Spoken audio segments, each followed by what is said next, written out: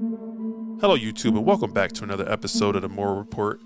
Today we have a former record executive that exposes the music industry shortly after the death of TAKEOFF. I'd like to get into the clip, but before we do, be sure to smash that like button, subscribe to the channel, leave comments down in the comment section below, and make sure you ring the notification bell so you can get notified for every time we drop new videos. Let's get into the clip. In light of seeing that a rapper from Migos died, I just wanted to go ahead and make a video about something I have a unique experience in. So I directed a bunch of rappers, people like Gucci Mane, Snoop Dogg, Lil Yachty, the list goes on and on and on, okay? I learned a lot of things, and I have left the industry largely over my political beliefs, but there is something I want to impart to people to hopefully, make some sort of change happen. So I have a challenge to rappers, and I know some of you still follow me. I know a bunch of the celebrity blogs still follow me from trying to get news from music videos and things like that. So here's the truth. The truth is this: a bunch of young black male rappers keep dying. You know who's not dying? Record executives. The record executives that push for them to continue to make songs and create a culture that is obsessed with death, drugs, and sex. Period. The industry's obsessed with it, but those record executives, they're not dying because they don't push this culture on their own people, but they're encouraging you to push it on yours, and they're paying you handsomely to do it. The reality is, I know a lot of you. A lot of you are good people. You're family guys. You're not the image that you put out there to the world.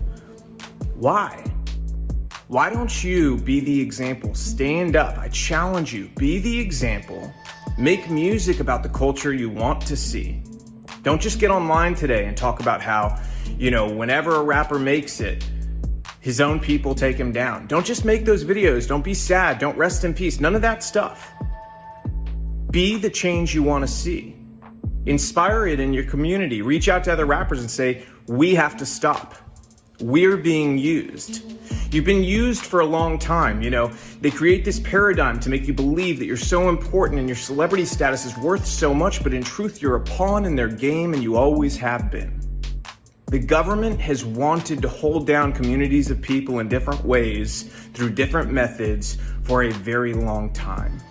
Their method in the black community has been to use entertainment to create a culture obsessed with death, drugs, sex, and money, so that they could create a false paradigm of what happiness and what success really was. And in doing so, they created a world that also made people more dependent on government, and as a result, gave themselves more power.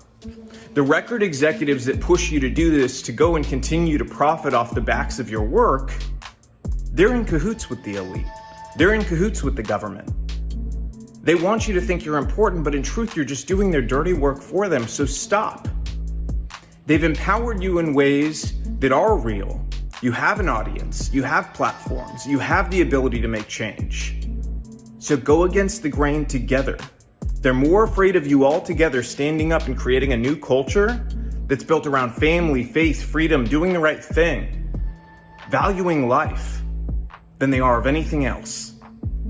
So I challenge you, use your power to do the right things. If you continue to do the same thing you've done, more rappers like this are going to die. How many?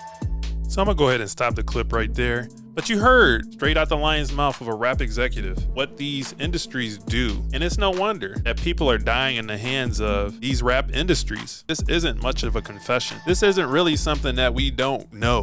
In my opinion, I feel like it's a disgrace that we have to have somebody from the record industry let us know how badly they have damaged our culture. And I remember back in the 90s when you had groups like Houdini, A Tribe Called Quest, Run DMC, you had rappers like Nas that were actually giving encouraging messages. If anything, they were telling you about how to avoid what was happening in the streets, and they were rapping about the ghettos and street life, but they were saying how to avoid things and how to avoid certain matters that occurred in those environments. And then I remember in the mid 90s, everything started to kind of change. And then all of a sudden things got glitzy where rappers started talking about how many bottles they popped, the types of cars that they drove, and the types of women that they could acquire. And even though back then we kind of thought everything was okay in the rap world, then you started seeing more booty shaking. You started to see women dress less and less appropriate in rap videos. and you started to hear more discerning things. And you had rappers like Lil' Kim talking about, how she can take objects and oh my God, use them in a sexual manner and all that kind of jazz. And then we had a lot of down south rap come in, and it was all stripper music.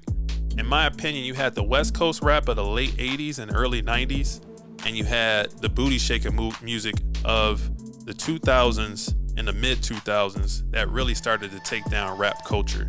Those were two monumental times in rap, and the record industry seemed like they took full advantage of the opportunity. And let's just keep it real. They don't care about us as a culture either way. We live in a capitalist country. It's all about the dollar bill. I don't really think that they take things personally to say, you know what, let's take down black culture. But as black people, we consume what they produce, and we don't give any kind of pushback to say, I don't want to listen to this. This is disrespectful. And we don't like this. This isn't us as a culture. And we feed right into it, and it just makes them say, you know what? Just keep producing more to make more revenue. And we teach our kids to accept and to drop that thing to the floor, twerk, and everything else that they throw at us. And that doesn't just go for the record industry. This goes for the movie industry, for the fashion industry, and pretty much everything else. According to Forbes, black people are the second biggest consumer group in America. If we all decide to stop accepting what the record companies produce, what the fashion industry produce, and what the movie industries produce, they're going to make a change. They're going to have to make an effort to please their customer base, which is us, black people. But we don't give any kind of pushback. There's no incentive for them to make any kind of change for us. We have to do that change for ourselves. And we simply start by gaining respect for ourselves, empowering our people, and talking to our youth. Teach our young kids intentionally not to take what these record companies are telling us that we should be liking. And I'll tell you another thing. We are the most talented group, in my opinion. We started up the blues, jazz, doo-wop, soul music, R&B. We literally dominated the airwaves throughout the whole 20th century and 21st century, all the way up to now. Even today, we set the trends. We start all the fashion trends. We create all the cool things to say, all the slang, and pretty much recreated the whole English language. Ever since radio began, we dominated these airwaves. We changed all culture through our culture. That's how powerful and innovative we are. So if we decide to change the narrative will change. But guys, tell me what you think. Be sure to like, comment, and subscribe to the channel. And until next time, peace.